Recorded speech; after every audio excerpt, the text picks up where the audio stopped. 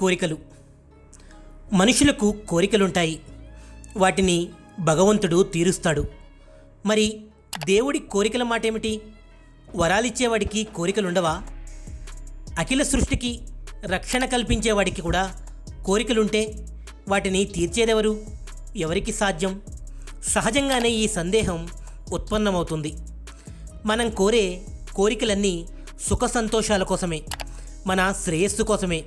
ఇది అక్షర సత్యం. మరి పరమాత్మ కోరేదేమిటి? ఎవరిని కోరుతున్నాడు? ఏమని కోరుతున్నాడు? ఆయన కోరికలు మన కోసమే, మన భవిత కోసమే, లోక కళ్యాణం కోసమే. అవి కోరికలు కావు, సలహాలు, సూచనలు, బోధనలు, ఉపదేశాలు.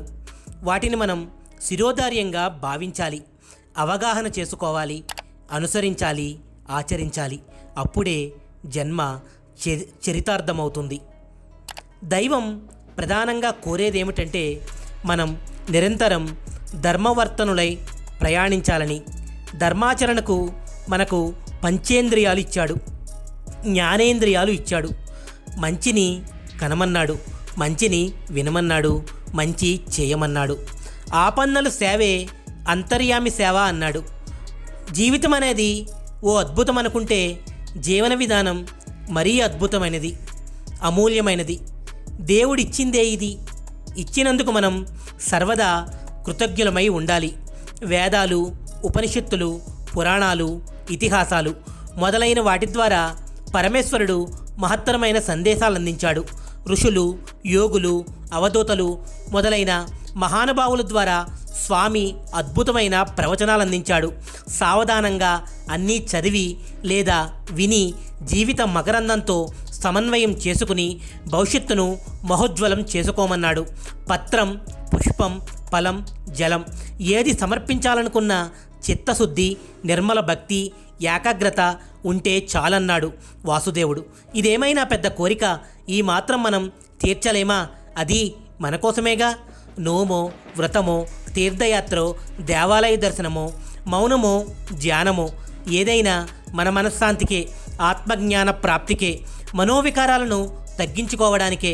అపరాధాలు, నేరాలు, పాపాలు చేస్తే క్షమించడానికి ఆయన సిద్ధంగా ఉన్నాడు. నిండు మనసుతో పశ్చాత్తాపం ప్రకటించుకోగలిగే ధైర్యం, విజ్ఞత ఉంటే చాలు. నువ్వు చేయదలుచుకున్నది పెన్సిల్తో రాసి రబ్బరు నా చేతికి ఇవ్వు అన్నాడంటే అంతటి వాత్సల్యమూర్తి లోకంలో మనకొకరు కనిపిస్తారా? లోచూపు ఉంటే నన్ను ప్రత్యక్షంగా చూడగలవు అన్నాడు ఆపద్బాంధవుడు. కష్టాలు, కన్నీళ్లు, విరహాలు, వియోగాలు, అవమానాలు అన్నీ భరించాడు శ్రీరాముడై.